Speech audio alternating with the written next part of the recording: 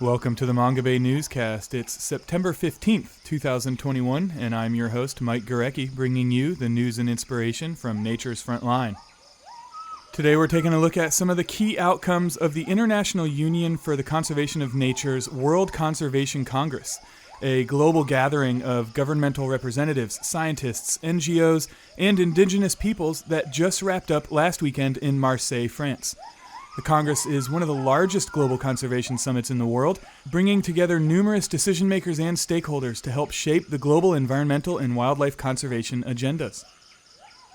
Joining us today is Mongabay staff writer Elizabeth Clare Alberts, who is based in Belgium and was therefore able to attend the IUCN World Conservation Congress in person. Alberts tells us about her experiences on the ground and the significance of the fact that Indigenous peoples were admitted for the first time ever as full voting members of the Congress.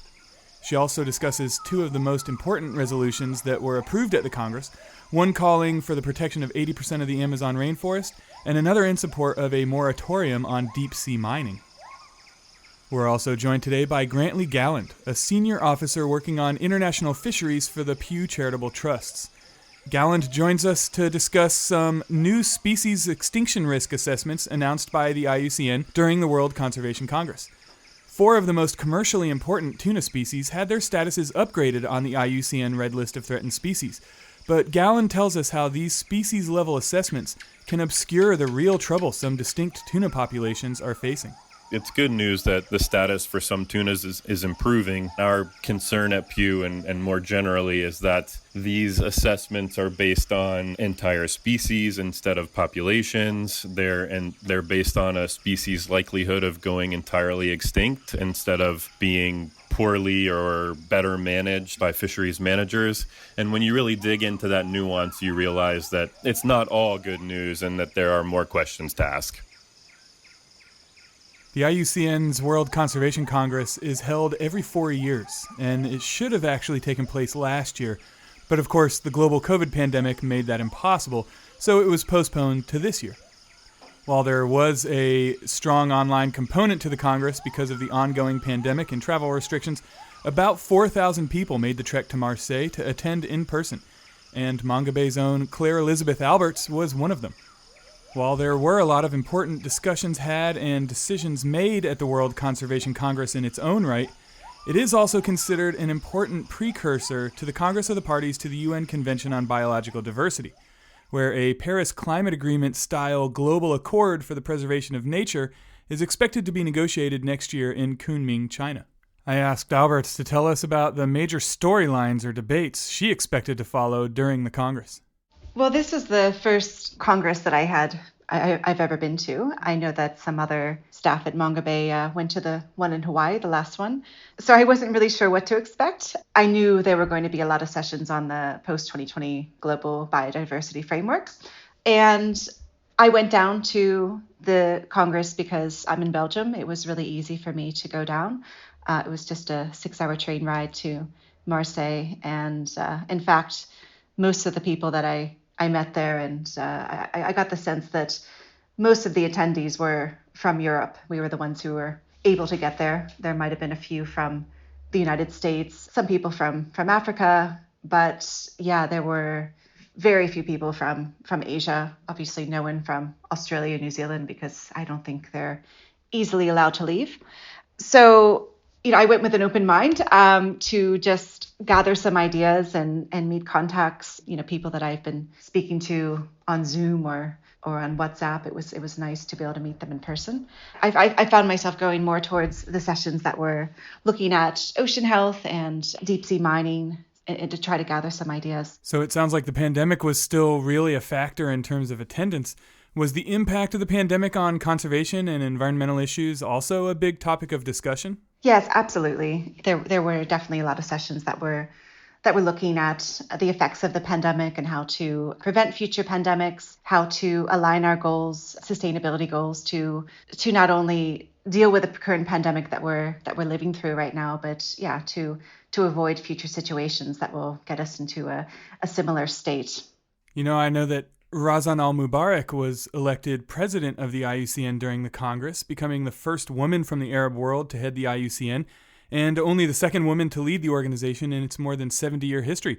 Was there a lot of excitement about that? I actually didn't find out about that until I came back to Belgium. The thing about the IUCN is that there are just so many different sessions and press conferences and everything happening at the same time. So I often said that I needed probably 3 or 4 of myself to get to all the sessions. So I wasn't keeping a close eye on what was going on with that. But yeah, it's was really great news to read that when I got back. You went to a press conference where Indigenous leaders and conservationists were calling for the protection of 80% of the Amazon by 2025, and you covered it for Mongabay.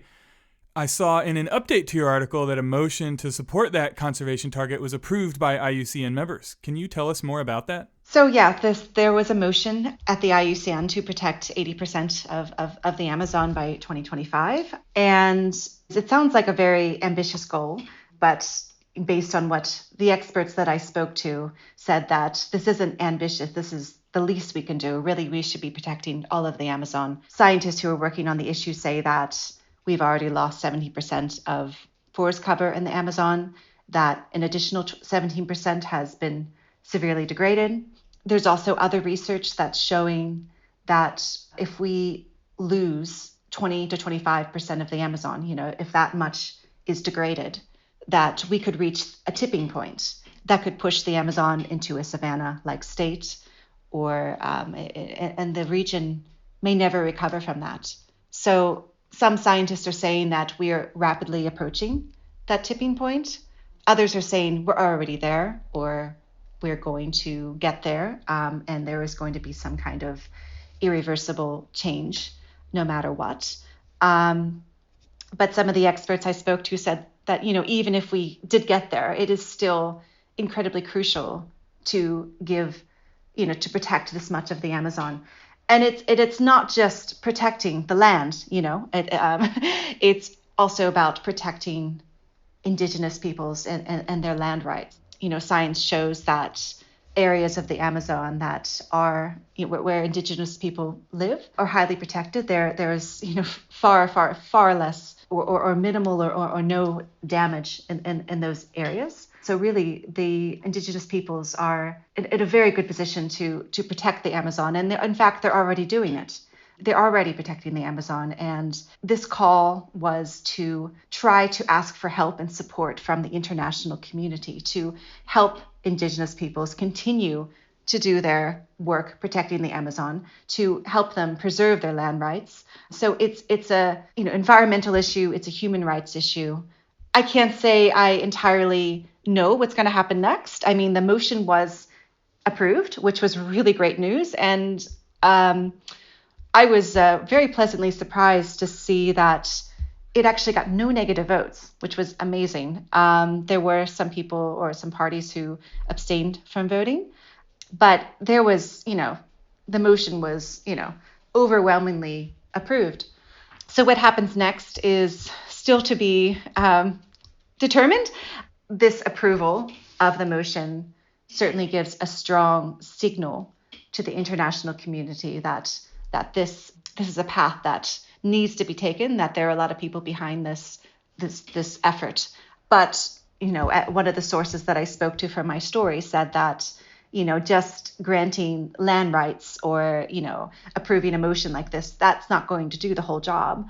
Indigenous peoples need help to enforce their rights. They need financial support. So this is, to me, I got the sense that this is just the beginning of a long fight, but it was a very encouraging result to see that so many parties voted yes. So yeah, that was a really positive development at the IUCN Congress. And this was the first World Conservation Congress where Indigenous peoples' organizations were full voting members in their own right instead of being part of the NGO category, right? Yes, absolutely. And that's, that was very exciting. Ashoka wrote a great piece about how that the structure had changed and how Indigenous people were able to vote. There's a link to the article by Mongabay features writer Ashoka Mukpo that Alberts is referring to in the show notes for this episode. And I was, there were a lot of sessions at the IUCN about Indigenous peoples and land rights and the human rights issues.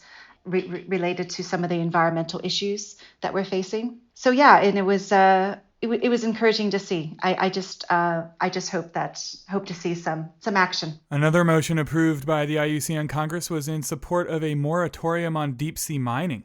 You covered that in depth too. Yes. So this was another very positive development. So there was another motion calling for support on a moratorium on deep sea mining and also the reform of the International Seabed Authority, which is this governing body that is the one responsible for giving out permits and setting regulations relating to deep sea mining. So this is not the first time that, there's been a call for a moratorium. There's been there was a statement that was signed by 450 more than 450 marine scientists and policy experts from 44 countries calling for a moratorium on deep sea mining. The general idea is that we don't know what deep sea mining is going to do to the ocean, to the entire marine environment. What experts are saying, that the people who are working on this issue, is that, proponents of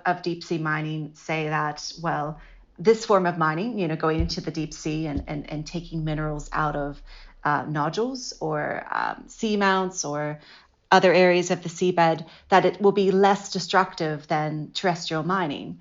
But from what I understand, that there isn't actually enough science to support that. And the science that is here now basically says that that's probably not the case, that this not only is going to cause irreversible damage to deep sea environments, but it could cause a wide range of very, very concerning problems. This issue is a little bit of a ticking time bomb because the South Pacific nation of Nauru, they sponsor a deep sea mining company. And what they did is they recently triggered what's known as a 2-year rule that basically requires the International Seabed Authority to issue them with a license to start mining in earnest in 2 years with whatever regulations are in place at the time. So yeah, and the company that Nauru sponsors, it's a subsidiary of Deep Green, or what was formerly known as Deep Green. They merged with another company to become the Metals Company. And yeah, just a few days ago, basically the day after the motion was approved at the IUCN, I just got word that the Metals Company is now trading on NASDAQ. I think a lot of the experts working on this issue are very concerned about that. I think this company is worth something like $2.9 billion, the Metal Company. So as someone from the Deep Sea Conservation Coalition said at the IUCN, we're almost $2.9 billion closer to deep sea mining becoming a reality. So what impact might this motion have? Can it put the brakes on these plans to begin mining the ocean floor? That remains to be seen. It's something I'm really curious to understand as well. I don't know right now, but I think what it can do is just adds to the amount of international pressure, and having this motion approved by such a large authority as the IUCN surely will have some kind of effect. But what that effect will be remains to be seen. You mentioned earlier that you expected to hear a lot of talk about the post-2020 Global Biodiversity Framework, which will be negotiated at the 15th Conference of the Parties to the UN Convention on Biological Diversity next year. Was that as big of a topic of discussion as you expected? Yeah, absolutely. It certainly was. I think it's on everyone's mind, and there are just so many pressures on our world right now, with the pandemic and, based on the latest reports on our state of the planet. So it's definitely, we definitely felt an urgency. And it was, even though it was a hybrid event with some people able to be there in attendance and others just signing in remotely, you could definitely feel the urgency. But overall, I think it was I got a very positive feeling from the conference, but we'll see what happens, what kind of actions will be spurred from all the sessions and all the talks. A big target likely to be pushed at the Convention on Biological Diversity next year is 30 by 30, 30% of the world protected by 2030. But there's a lot of criticism of 30 by 30 as a global conservation target because of the history of protected areas displacing local and indigenous communities, or at least depriving them of access to their land. And in fact, there was a whole counter-conference in Marseille held by Indigenous peoples that was pushing for placing Indigenous land rights at the heart of conservation rather than this protected area model. Was that discussed much at the Congress? Yes, 30 by 30 was definitely a phrase that was used a lot in the Congress. You saw a lot of sessions with that, referring to 30 by 30. But yeah, the Indigenous sessions that I attended, one of them I went to, they were also commenting on the idea of nature-based solutions. And I'm definitely not an expert in this area. This is not really my beat. But what I would really stuck in my head was the fact that, yeah, a lot of these big companies, for instance, let's say just some big oil company or an aviation company, they might need to offset their carbon. So they go to some other, far off place in the world to plant a forest of trees as a way to, offset their carbon, and perhaps employ or near Indigenous people's lands. But what I understood was that it's not always being conveyed to Indigenous peoples what this actually means to have these forests grown near their home, near their territories. And they may not even be able to go into these forests. They may not be able to collect firewood. They may not be able to, step a foot in there. It could just be like a guarded forest. So it does seem like there needs to be a lot more discussion around what the 30 by 30 move means. Where are we getting this 30%? Are there going to be consequences to people who are already living there? So there certainly needs to be more discussion with Indigenous peoples to understand what that means. Is it just taking part of the land and protecting it for not allowing anyone on there, or is it about working with people who are already living there? So yeah, my sense is that Indigenous peoples are saying, hey, this is land that we're already living on, we're already protecting it, and any protection that is put on this land needs to be discussed with us. Well, could you maybe leave us with a few words to just sum up your experience reporting from the World Conservation Congress? What were your big takeaways from it? As I mentioned before, there were, I would say, mostly Europeans were there, people who were based in Europe. But, I hadn't been to a previous Congress, and I wasn't really sure what to expect with this hybrid event, if it was going to be basically empty rooms and everyone on their screens, or if it was going to be packed with people. And I actually found it was very busy. There was a really great atmosphere. There were definitely some teething problems trying to pull off this hybrid event, because I found that, there were three types of sessions. There were the virtual sessions, the ones that were purely online. I didn't see those taking place, and I didn't actually go to them because I wanted to concentrate on what was happening on site.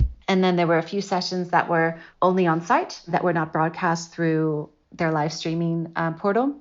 And then there were also sessions that were both on site and live streamed. So I expected, when I went to the ones that were both on site and live streamed, that I'd just be able to sit down and listen. But they had these headphones that you had to put on to not only listen to the people who were talking through Zoom, but even to listen to the people who were speaking, at the front of the pavilion.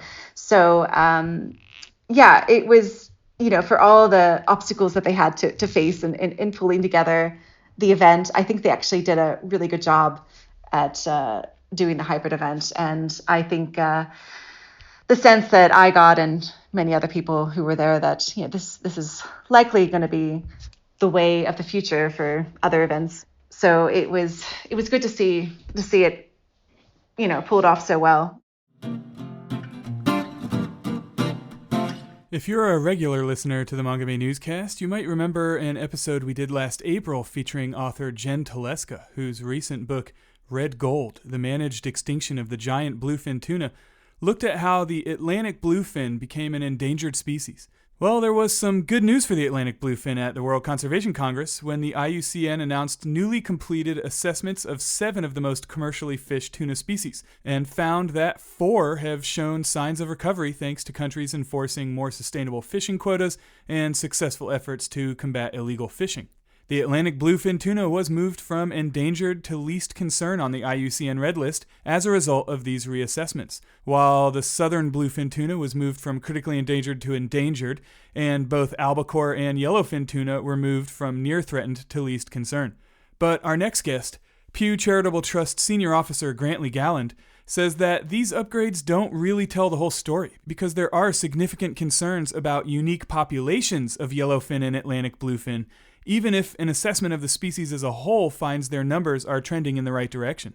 Here's Galland to explain. There was a big announcement at the Congress about the new ratings for the 7 big tunas. And while they did give the impression that that's been a major improvement in the tuna status and tuna management around the world, there is a bit of nuance associated with the IUCN rating standard. And that nuance requires a little bit of digging deeper to find out just what's at play here. And so while my reaction is generally good, that it's good news that the status for some tunas is improving, what it amounts to and our concern at Pew and more generally is that these assessments are based on entire species instead of populations. They're based on a species' likelihood of going entirely extinct instead of being poorly or better managed by fisheries managers. And when you really dig into that nuance, you realize that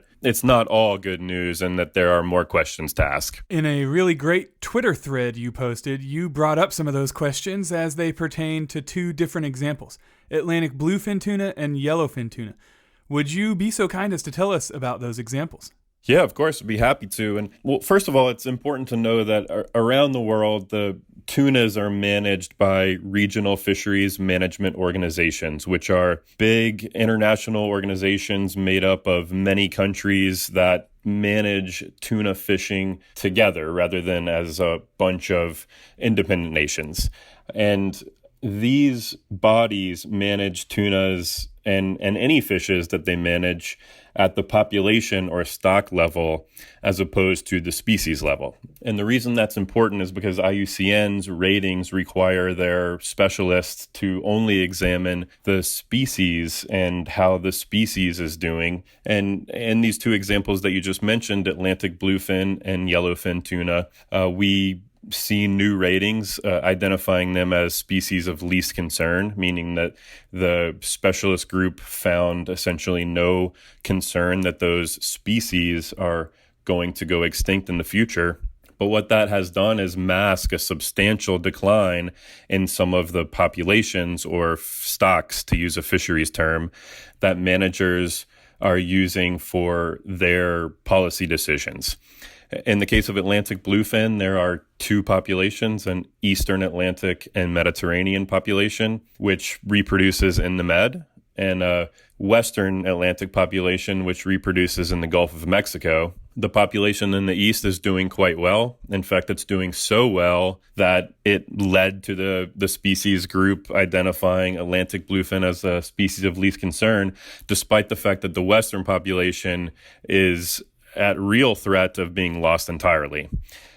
Similarly with the yellowfin tuna, which is a global species, the species is doing fairly well. The population in the Indian Ocean is extremely poorly managed and is on the brink of collapse. So really, it's just a case of this rating system requiring the scientific group to assess something that is different than policymakers use when they're managing fisheries targeting these species, and that can cause some confusion for your listeners. You're very clear that you're not saying the teams doing these assessments for the IUCN got anything wrong. It's just that these species level assessments don't exactly tell the whole story about what's going on at the population level. So what would you say is really at risk here? And is there a better way to track species risk of extinction? Well, you got that right. I tried to point out there on that Twitter thread and also and some of my other writings that it's not a case of me or of Pew being critical of the IUCN or this team. In fact, the team is made up of some of the most important tuna scientists that you can find anywhere around the world, and many of whom are either directly conservationists or who are conservationists at heart. I know most or all of them personally.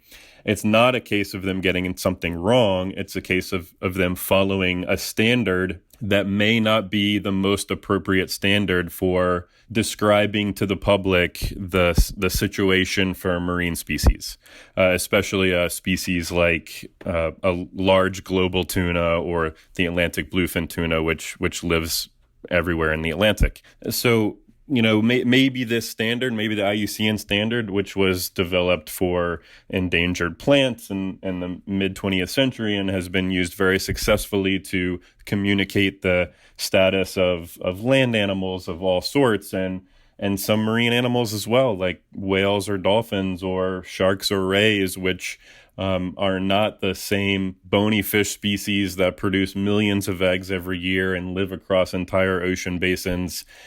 Maybe the IUCN standard just isn't the best way to communicate the status for a species like a tuna or a swordfish or a marlin, and we need to find better ways to do that. And it's really a communication tool first, and an organization like Pew that works on fisheries management directly every day probably needs to use a different set of tools to communicate the success or failure of the fisheries management process around the world. So do you see it as more of a communications challenge for groups like Pew and other NGOs working on these kinds of ocean issues and marine wildlife issues?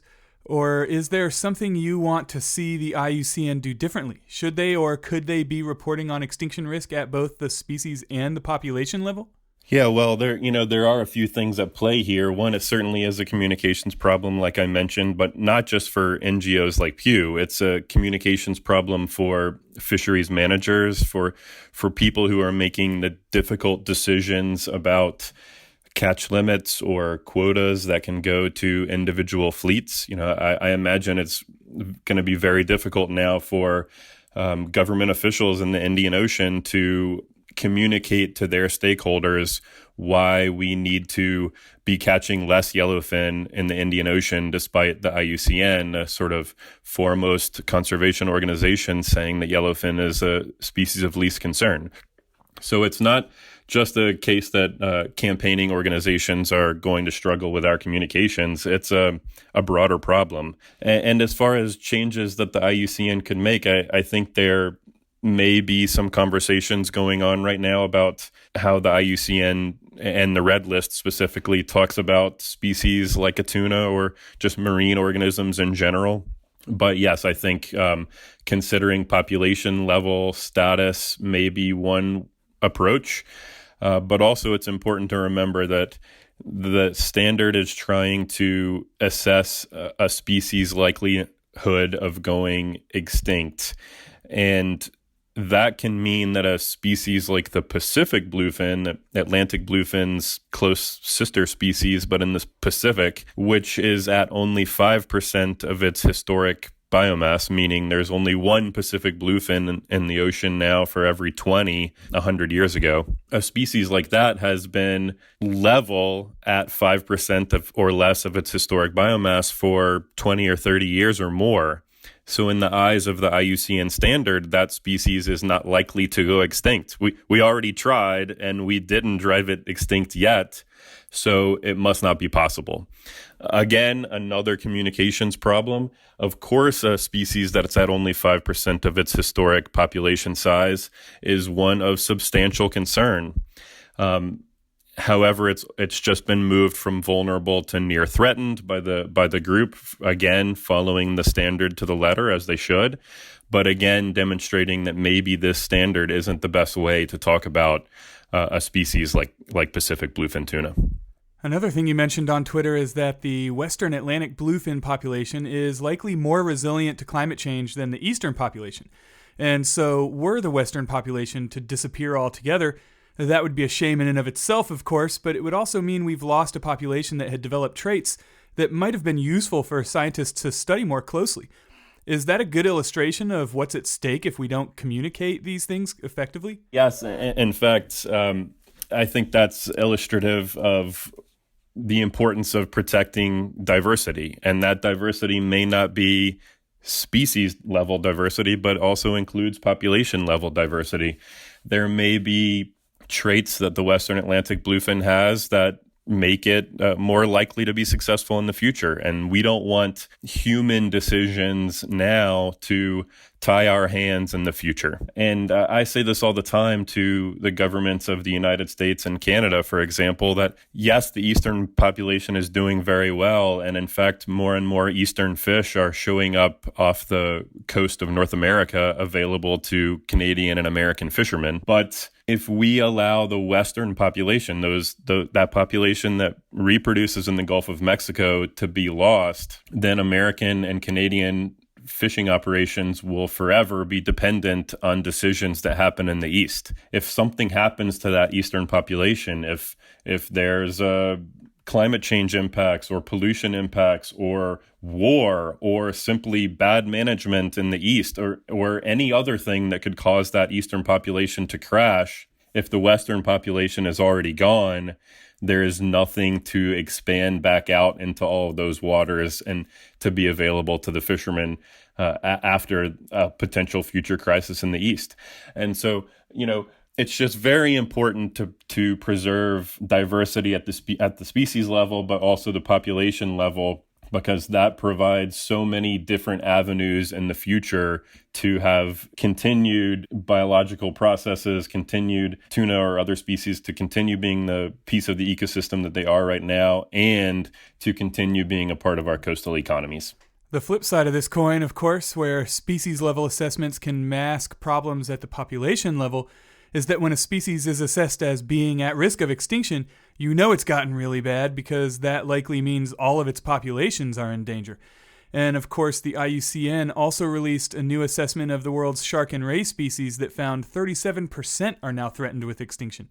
What's your take on that? First of all, that's just an incredibly concerning number. I'm sure you can imagine that there are over 1,000 species of sharks, rays, and skates, and to have 37% of those at least vulnerable to extinction, if not endangered or critically endangered, is highly concerning from a biodiversity perspective, from a fisheries management perspective, and just in general. And so that is a problem. And for the listeners, the point that I would try to make is that I've been talking about the need to dig into the nuance associated with these assessments, and what you find with an assessment that concludes that at the species level it's endangered or critically endangered, exactly like you've just said, that means the whole species is doing poorly, or some populations are doing so poorly that they mask any good news. So just like I've said, it's the good news of Atlantic bluefin tuna is actually masking some very concerning news in the Western Atlantic. The best we can hope for with this bad news associated with sharks and rays is that they're masking some regional good news. But the overall conclusion that those species are doing so poorly is really cause for concern and a reason to try to better improve the way that we manage all of our fisheries to ensure that we're not further impacting those endangered sharks and rays. So going back to tuna, I understand that you're a technical advisor to the International Commission for the Conservation of Atlantic Tuna, known as ICAT, which is, of course, one of the regional fisheries management organizations you mentioned earlier. So what do you think ICAT should take away from these new assessments by the IUCN, and how should they act on them? Well, that's right. I do serve as a technical advisor to the U.S. government on all issues related to ICAT, and I think that ICAT has its own science, its own scientists. Some of the scientists associated with these IUCN ratings are also directly contributing to stock assessments at ICAT of tunas, and it's clear that ICAT is going to follow the advice of its own scientists. It's going to consider its own science before anything else. But in the case of of these critically endangered species of sharks and rays that ICAT is potentially responsible for. And whenever they overlap with tuna fishing, I think this should be a wake-up call to take their bycatch their management of bycatch more seriously. And at the same time, with respect to the tunas, I think it's, as I've tried to make clear with respect to all the nuance associated with the IUCN ratings, that there is no reason for them to take their foot off the gas with respect to recovering some of these at-risk populations, or just improving at the species level their management of a species like big eye. So, they're not likely to change course substantially as a result of these ratings, but hopefully, at least with the case of some of these critically endangered sharks and rays, they'll be able to take their mandate to manage bycatch and to manage those species associated with tuna fishing or caught accidentally in association with tuna fishing a bit more seriously. I've seen a lot of takes, at least on Twitter, where people are celebrating the new assessments of tuna, particularly sushi lovers who think this means they can enjoy guilt-free tuna again. What would you say to those sushi lovers? Well, first of all, at Pew, we don't really give that kind of advice on whether or not to eat something like a particular type of sushi or a particular can of tuna. Our goal is to try to push fisheries managers to ensure that all tuna products are a good choice. My boss likes to say that her goal is to have someone walk down the seafood aisle at the supermarket and every option be a good option. So that's what we're striving for. As far as someone's, happy reaction to this news, we're happy too. We are glad that in some cases tuna fisheries management is moving in the right direction. But what I would generally say to those folks is that those of us who are in the trenches, sort of neck deep in tuna fisheries management every day, have a good idea of what's going on, and there's still more work to be done. And whether or not you eat sushi or choose to eat more sushi now is a personal decision, but pushing our governments to ensure that our seafood products are safe, healthy, and legally harvested is always a good idea, and I hope that everyone continues to do that. Any final thoughts on tuna conservation you can share with us, Grantly? One final point is just that tuna fisheries are extremely valuable sources of income, sources of calories for people all around the world.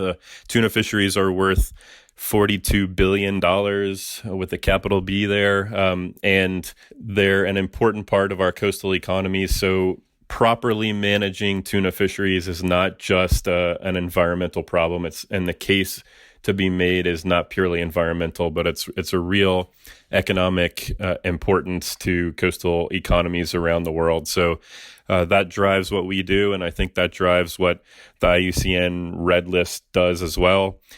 So we're going to keep working to ensure that these fisheries managers are making the sorts of long-term decisions required to ensure that tuna will be available for sushi lovers in many decades from now, and that some tuna will still be in the water serving their role to the ecosystem as well.